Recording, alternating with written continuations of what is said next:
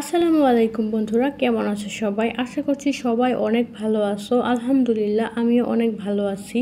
তো অনেক দিন পর আমি তোমাদের সামনে আবার একটা টিউটোরিয়াল ভিডিও নিয়ে হাজির হলাম। তো সম্পূর্ণ ভিডিওটা দেখবে, লাইক করবে, কমেন্ট করবে এবং আমার পাশেই থাকবে। তো আমি আজ বানাবো হচ্ছে কদম ফুল। কদম ফুল বানানোর জন্য ফার্স্টেই তো লাগবে ইয়েলো কালার ক্লে। তো ইয়েলো কালার ক্লে নিয়ে ফার্স্টে একটা বল করে নিয়েছি। এটা হচ্ছে কদম ফুলের ভিতরের অংশটা। তো আমি এটা বানিয়ে নিয়েছি আর স্ট্রাকচার করে নিয়েছি একটা টুথপিক দিয়ে।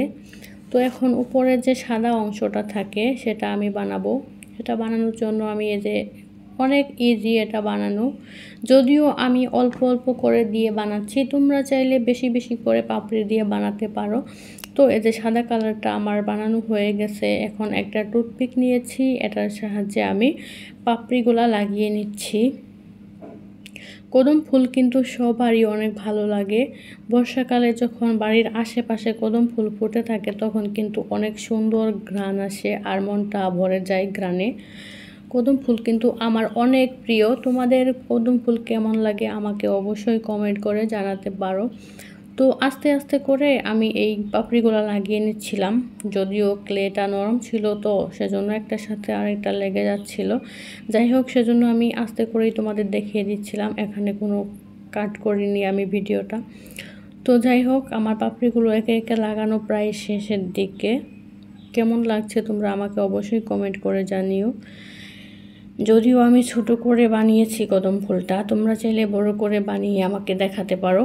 আমি পাপড়িগুলো লাগাতে তো টুথপিক ইউজ করেছি, তোমরা চাইলেও কিন্তু অন্য কিছু ইউজ করতে পারো। যেমন ধরো ক্লের সাথে যে টুলসগুলো পাওয়া যায় ওইগুলো দিয়েও কিন্তু লাগানো যায়। তারপর আরও অনেক পদ্ধতি থাকে। তো যাই হোক, আমার পাপড়িগুলো লাগানি প্রায় শেষ হয়ে গেল। আমি তো ডালটা আগেই বানিয়ে রেখেছিলাম, তোমাদের সাথে শেয়ার করিনি। তো অন্য ভিডিও দেখে তোমরা সেটা দেখে নিতে পারো।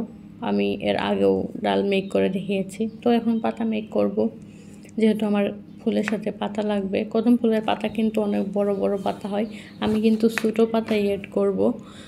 তোমরা চাইলে বড় পাতাও এড করতে পারো। তো এইভাবে করে হাতের সাহায্যে খুব ইজিলি কিন্তু পাতা মেক করা যায়। তো পাতা বানানো হয়ে গেছে প্রায়, আমার স্ট্রাকচার করা বাকি। এখন আমি টুলসের সাহায্যে এরকমভাবে স্ট্রাকচার করে নিচ্ছি। আমি একটা ফুলে একটা পাতাই ইউজ করব, তোমরা চাইলে কিন্তু অনেকগুলা পাতা ইউজ করতে পারো, কারণ কদম ফুলে অনেকগুলা পাতা হয়।